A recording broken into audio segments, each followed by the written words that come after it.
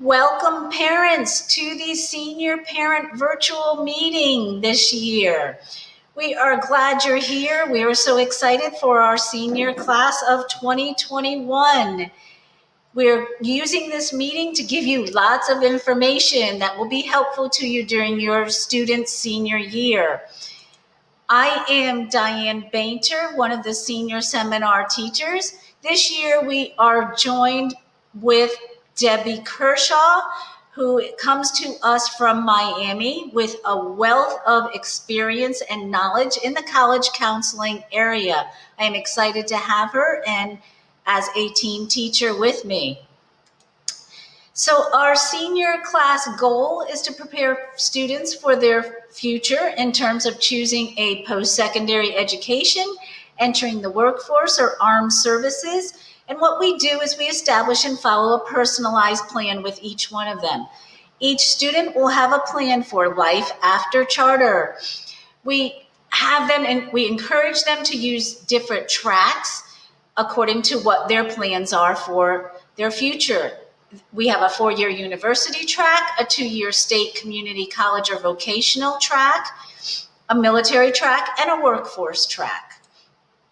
We are excited this year. We have a new senior page on our website. You find it by going to www.irchs.org. You click on students and families, and then it's senior page. If you look at the senior page, you will see our annual beach picture from last year. We are still planning to do a beach picture somehow, some way, sometime. We're hoping it can be this semester. If not, we may end up having to do it next semester. More information on that will come about, but we do not want to lose this annual tradition.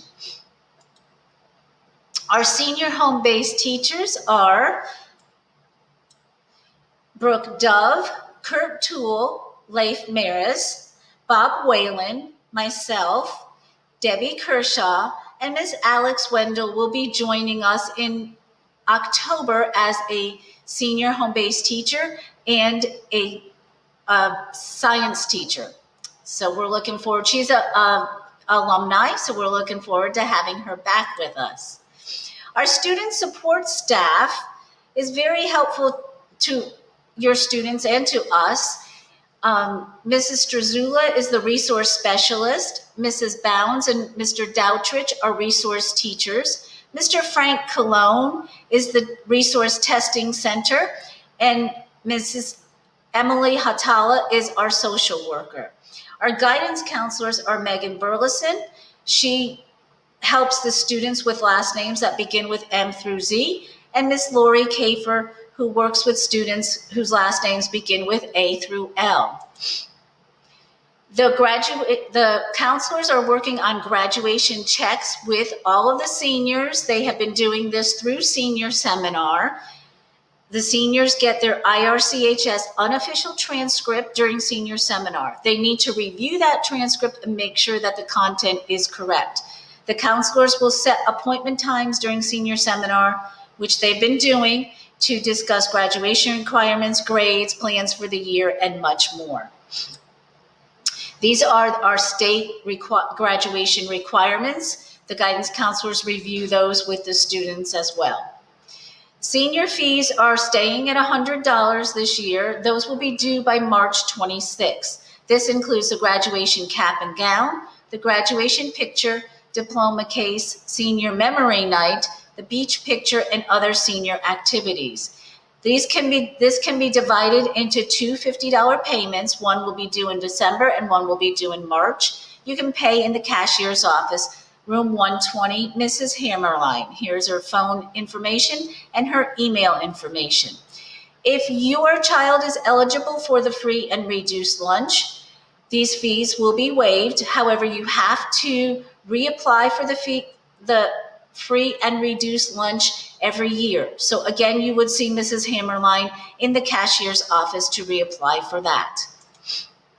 Your students' official transcripts for college can be obtained through our website.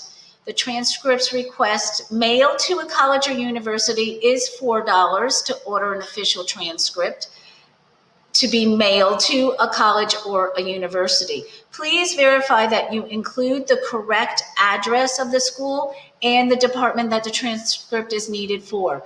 So for example, the Office of Admissions address may be different than the university's physical address. So please double check that you are including the correct address. You may use the online form to be for a transcript to be sent to a college or university within the United States. If for transcripts requests outside of the United States, please contact your school guidance counselor. Please allow 2 to 3 business days for these requests to be processed, and they are mailed by the post office. Transcripts to be picked up at the VAPA front office is $3. Again, please allow 2 to 3 business days for those requests to be processed. Electronic requests do not cost anything. They can send transcripts that are in colleges that are enrolled in FASTER or SPEEDY. So those are the college transcript information. Our yearbook. Pre-payment for the yearbook, the 2021 yearbook is available in room 20. It is $50 until November, and then it will be $60. So you can pay with cash, check, or card. Checks made payable to IRCHS, again in room 120 for $50 until November, and then it's $60. Now in that yearbook, you can have ads. Senior ads, a full page would be $200, a half page is $100, a quarter page is $75, and a business card size is $50. Now, senior portraits. The way our students are in the yearbook is by getting their senior portraits at Dean Stewart Photography here in Vero Beach. Their website is dsp-photo.com. There is a $25 refundable fee for a sitting. These are formal portraits, and the DSP provides their formal outfits. So we'd love for your students to get going on that as soon as possible and get those completed. So that is the information that I have for you. I'm going to turn the presentation over to Mrs. Wainwright from the Indian River County Scholarship Foundation. She's going to tell you a lot about the many different scholarships that are available in Indian River County. After that, Dr. Katie Knoll will be telling you about the fabulous programs offered at Indian River State College. And then after that, Ms. Kershaw will be talking to you about our college counseling and other senior seminar advice that we are doing. So we thank you very much for being here and look forward to meeting with you throughout the school year.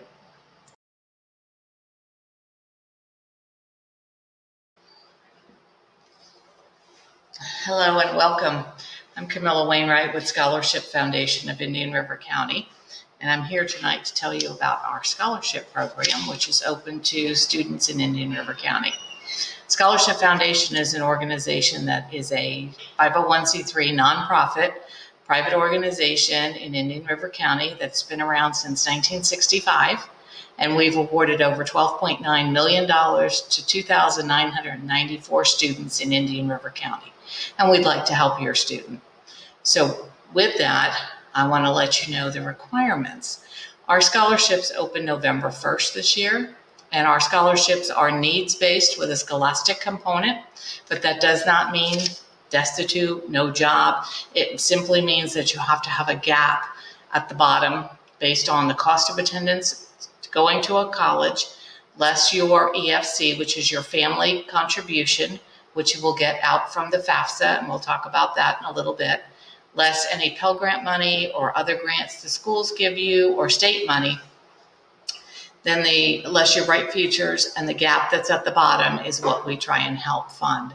Last year, we awarded $422,100 to 26 students. So that averaged a little over $13,000 a student for 4 years, with our most competitive award being $30,000 for 4 years, divided up over the 4 years. So our scholastic component is for our most competitive award, students need to have a 3.5 unweighted GPA, a 1330 on the SAT, or a 29 on the ACT.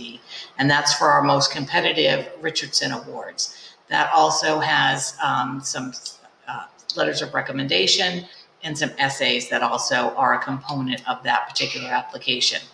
Our Scholarship Foundation applications, which takes in a range of about 90 different scholarships.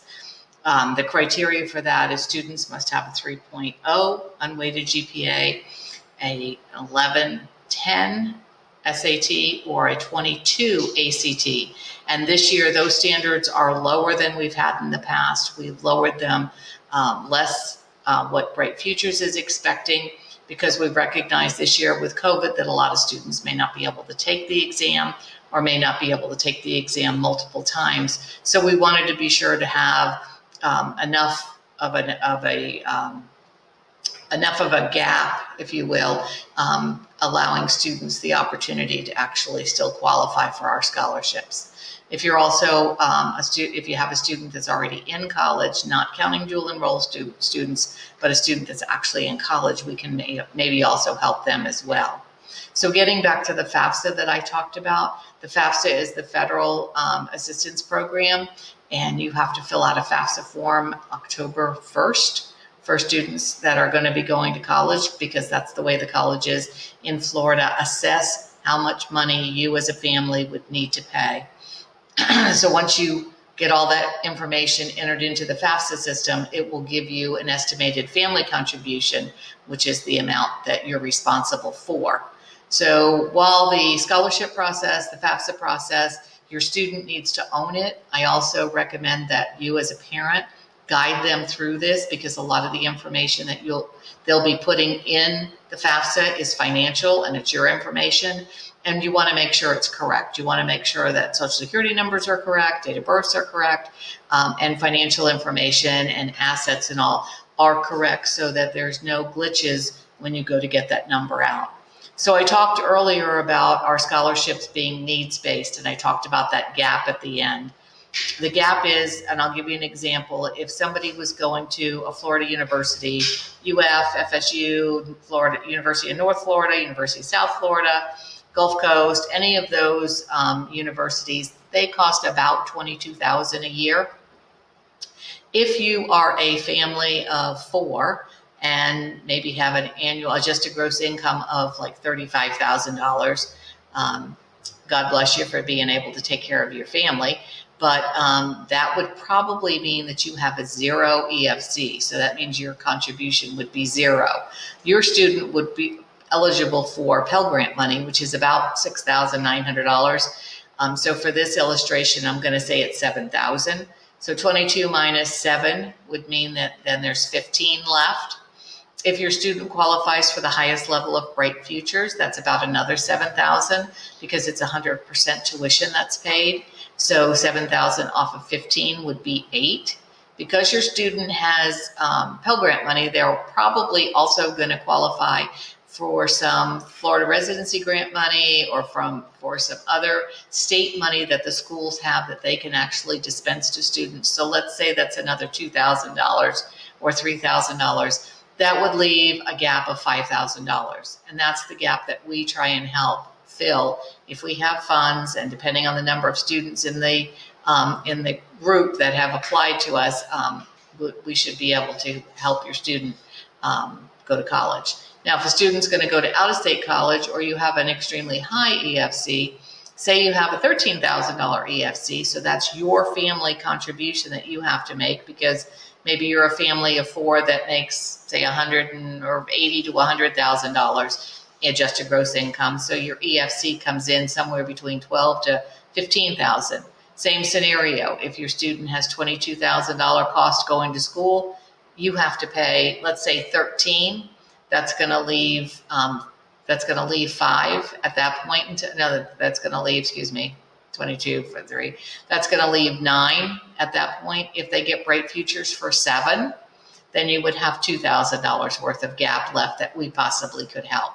So again, it's needs-based or gap-based based on your own individual situation. So I would encourage you to, once you get your FAFSA done and you have that number, if you have an idea of where your student may want to go to school, you can certainly call me, 772-569-9869, and I can walk through your particular situation and let you know if you fall within the range of families that we normally help.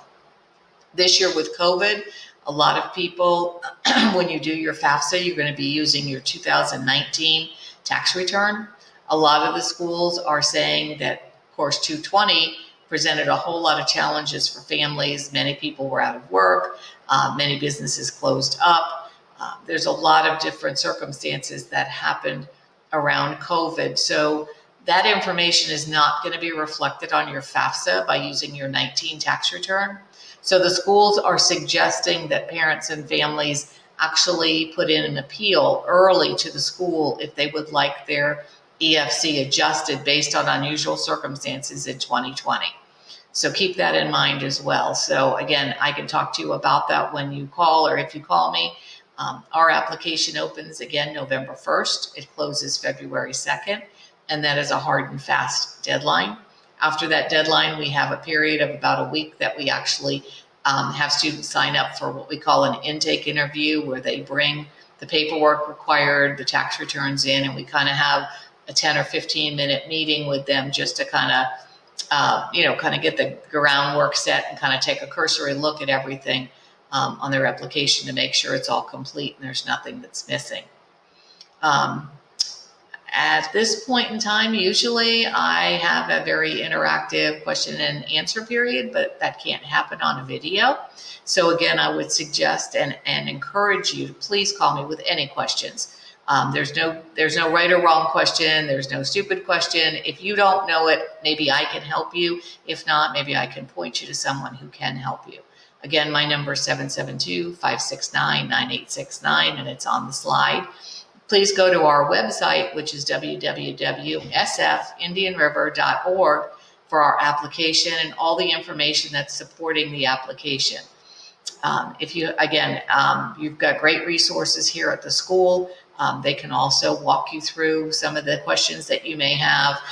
But until then, I hope to see many, many of you, and I hope we can help you all with some scholarship money to help ease some of the financial burdens that you're going to face in the future. Thank you and have a great evening.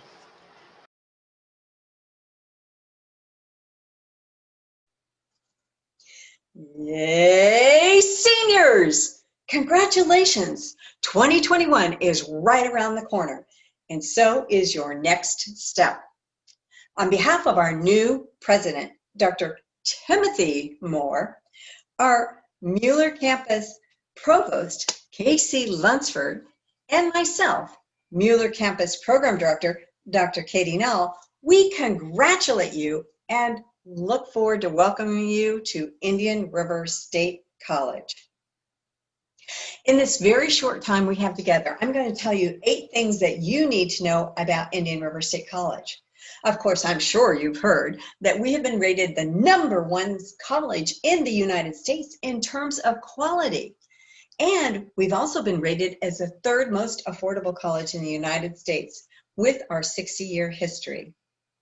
So what's the #1 thing I want you to know? Well, the Aspen Award did look at us and compared us to over 1,100 other schools and colleges across the United States and said in terms of quality, and that's the student-teacher ratio, what happens to our students when they begin?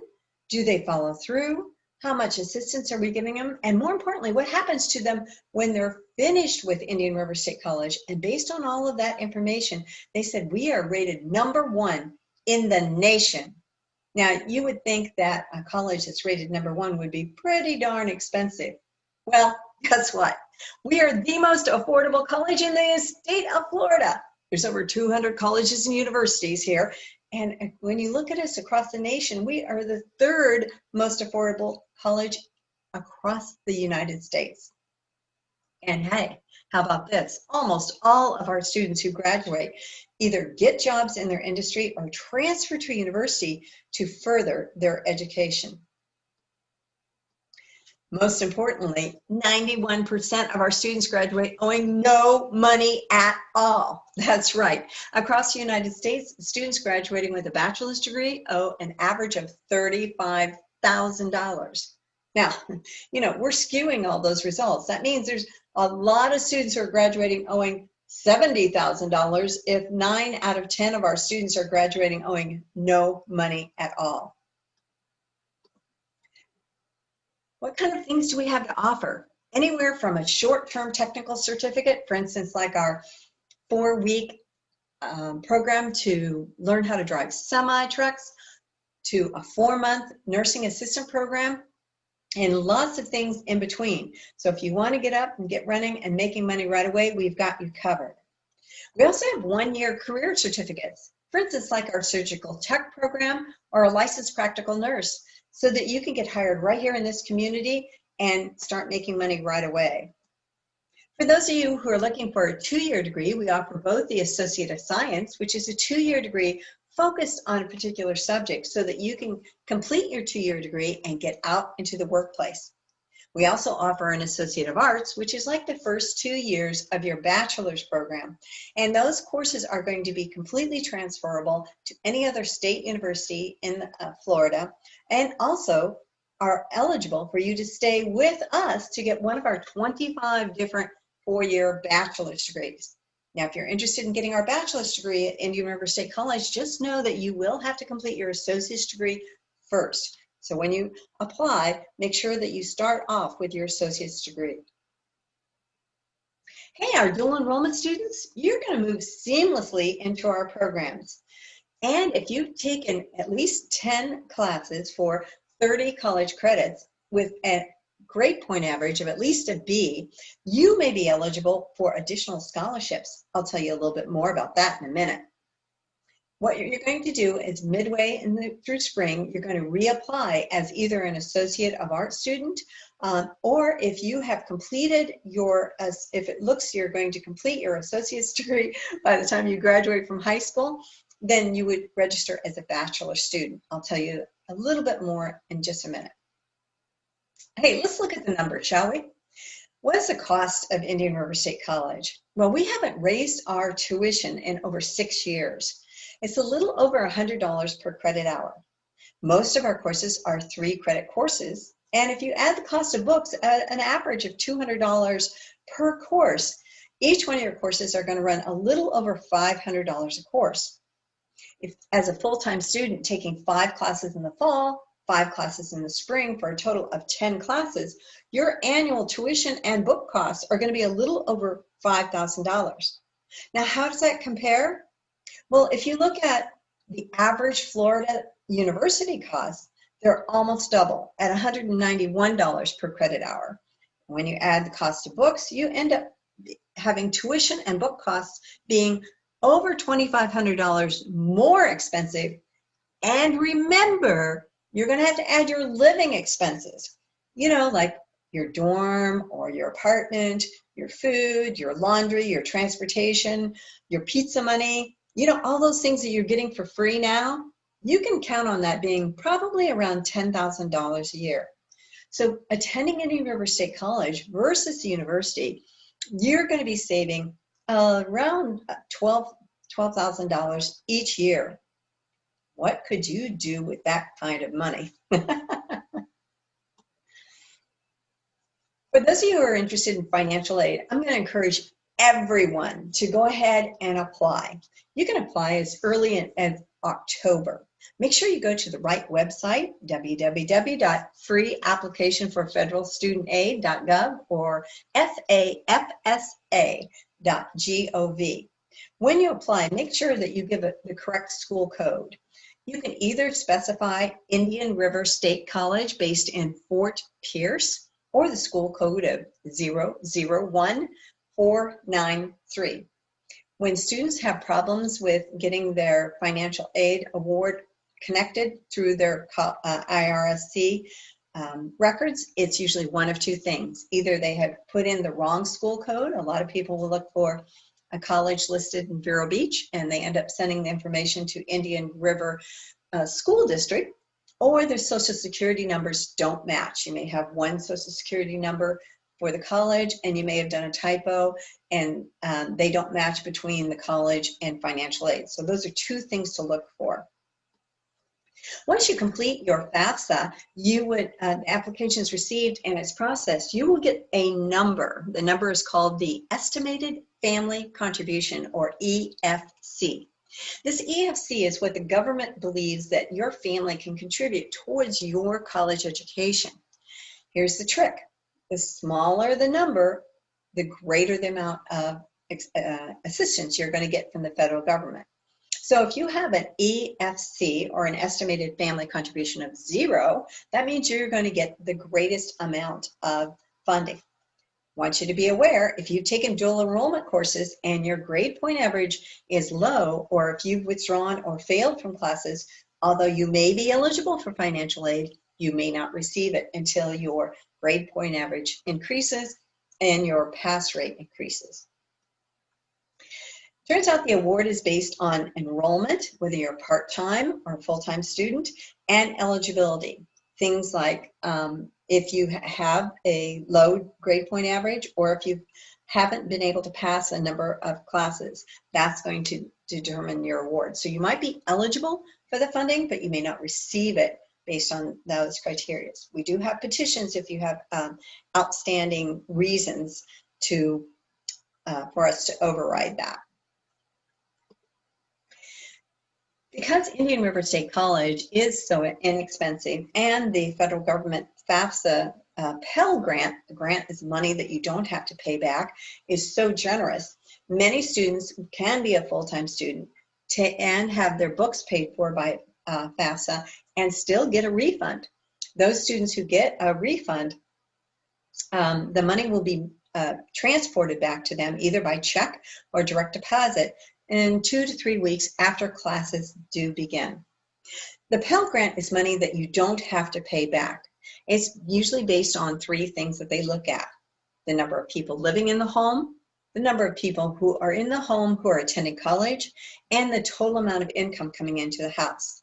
I know some students ask me about what if you filed for bankruptcy, or if your expenses are greater than your income.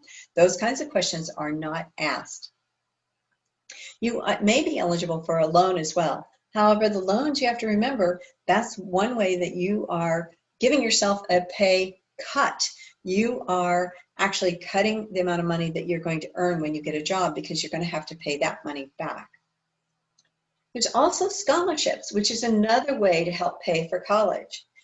As I mentioned, if you're a dual enrolled student and you have completed 30 credits, you may be eligible for the 30 credit achievement scholarship. All of these scholarships are through the foundation, and they are going to be opening in November 1st.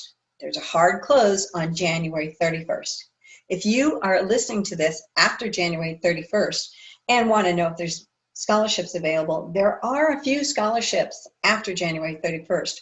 However, we literally have hundreds of scholarships that are open between November 1st and January 31st. So we're going to encourage you to go ahead and apply as soon as it opens on November 1st. We have additional opportunities and grants within specific departments. For instance, if you're interested in preschool education, there is a grant that will pay for your classes all the way through your master's degree. So you want to stay in contact with both your financial aid counselor and also your college counselor, so that we can keep you informed of what's going on.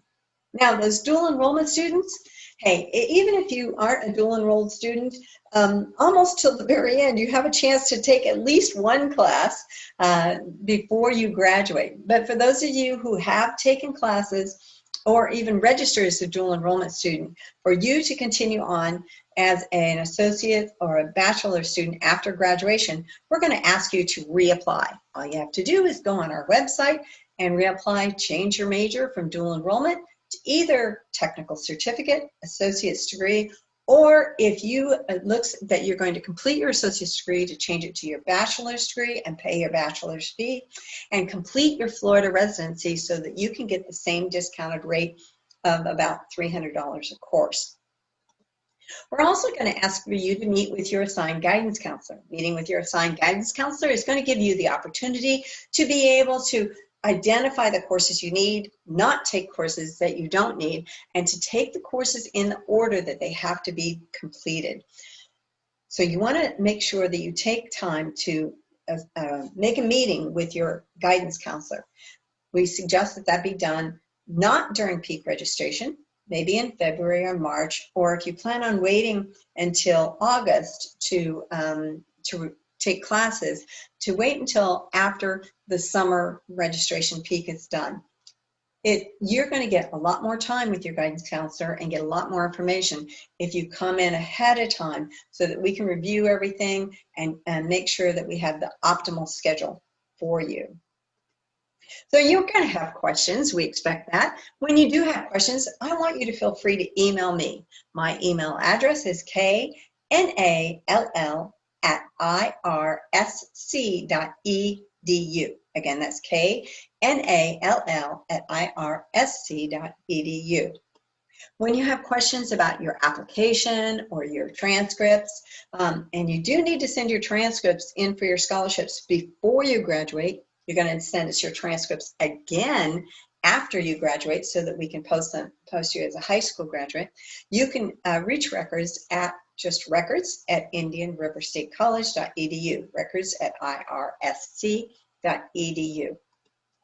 Questions on financial aid can be addressed directly to financialaid-info@irsc.edu. That's FINANCIALAID-info@irsc.edu. The scholarships can be found directly on the Foundation website at www.irscfoundation.org. That's www.irscfoundation.org. Again, on behalf of our new president, Dr. Timothy Moore, our Mueller Campus Provost, Casey Lunsford, and myself, Mueller Campus Program Director, Dr. Katie Nall, we welcome you to Indian River State College and give you congratulations, and we're so excited for you. Thanks for watching.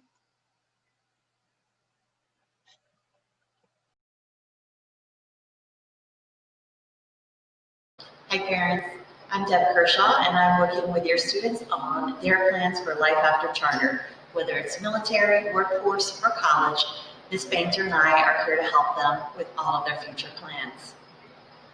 I've posted to this presentation State University System Matrix. This basically contains all the information you need to know about our state university system, the types of scores that are required, the deadlines, the fees, and so on. I want to direct your attention before we get into the rest of our presentation to our senior page on the charter website. If you take a look at the tab that says students and families, we have created a senior page. This is your go-to for all the information about a calendar of events for visits from college and military recruiters, as well as scholarship information, signing up for the SAT and ACT, as well as other pertinent information for seniors and their parents. So take a look here, please, at our college deadlines. This will also be posted to our senior page on the charter website. I've listed here fall deadlines for fall 2021. So for all parents, you can see that the deadlines approach rather quickly. So for example, FSU, University of Florida are coming up right upon us very soon. Some of the others have a little bit more forgiving deadlines, but this is why we're pushing them to get their applications, their essays done quickly. This page contains all kinds of information about the location, the SAT and ACT scores that are required, as well as the GPAs that are required for various colleges in our state system, as well as what materials the students are needed to complete to make the requirements for their application. One big thing that you guys all know about is the SAT and the ACT. Students have to take this as a part of their application process. The sooner, the better. Many schools do not accept scores after the November test. So for example, the University of Florida, Florida State University, University of Miami.